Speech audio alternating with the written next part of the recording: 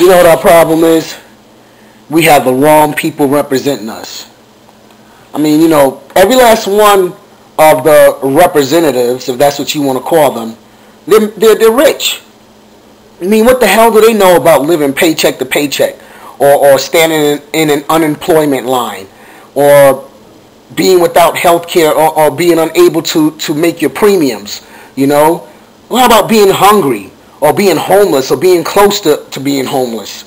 How about getting non-sufficient fund charges on their checking or savings accounts? They don't know about these things. They don't know about our lives. They can't identify with us, but yet they want to rule us. That's what it is. They don't really want to represent us. I mean, what we have a bunch of elitist prigs, some oligarchic swamp water sea monsters. They're drunk on power. They don't want to listen. They want to dictate. They don't want to compromise. They just want obedience. You know, I mean, let's look at this. The presidential candidates: Mitt Romney, worth $250 million. Newt Gingrich, he's between 11 and 31 million. Rick Santorum, 3 million. Ron Paul, about 5 million. Obama, about 11 million.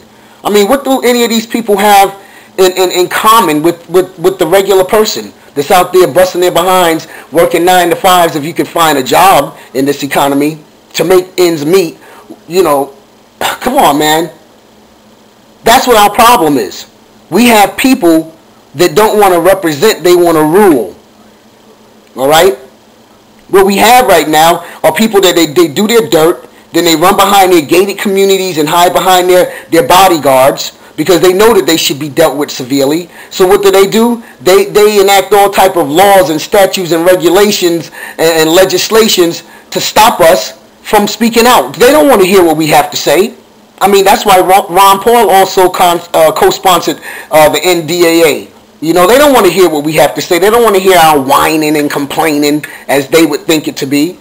They don't care about us. You know, we need to have people in there that come from our economic background. People that know what it means to actually have to struggle. But no, they don't want those type of people in there. They want people that they say have college degrees. They come from Ivy League colleges, and they're dumb as hell. They're just as stupid and retarded as a damn rock. But these people think that they're intelligent enough to lead. All right, we got a de facto illegal system.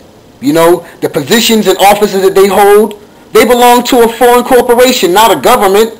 The Constitution that these people adhere to is for corporations. It's not for flesh and blood men and women. They got us living in a matrix, a fantasy land in which they control the actions and the outcome for now. Our representatives work for a foreign corporation that considers us to be enemies. So how can they really represent us or represent our interests? I mean, I would think that would be a conflict of interest. You know, men and women, soldiers, fighting and dying for a corporation, not a country, not a government, but a foreign corporation that despises them and considers them to be enemies. I mean, talk about unrequited love. I mean, this is really crazy, man. I just had to leave that out there because it's really pissing me off that they fooled so many people. I mean, got the people that's living here on this landmass called America fighting amongst one another as Republicans and against Democrats. I mean, I hate liberals. I hate the liberal ideology. You know, I wish that all liberals would just drop dead and that DNA would become extinct. But unfortunately, they're here for a reason. You know, and they're doing their job. It's keeping people separated.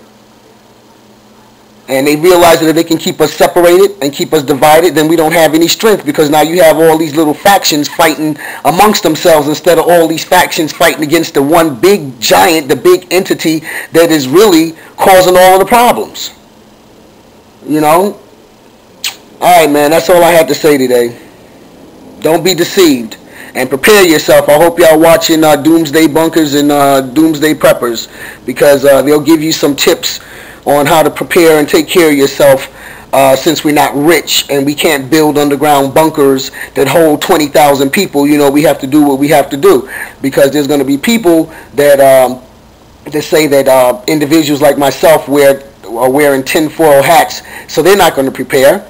And what they're going to do, they're going to go knocking it down your door to try to take what you've prepared for. So you gotta, you gotta get yourself together. Don't believe that it's all going to get better and that it's all good. It's not. They're leading us right to walk off the plank into some sharky waters. So better keep your eyes open. Peace.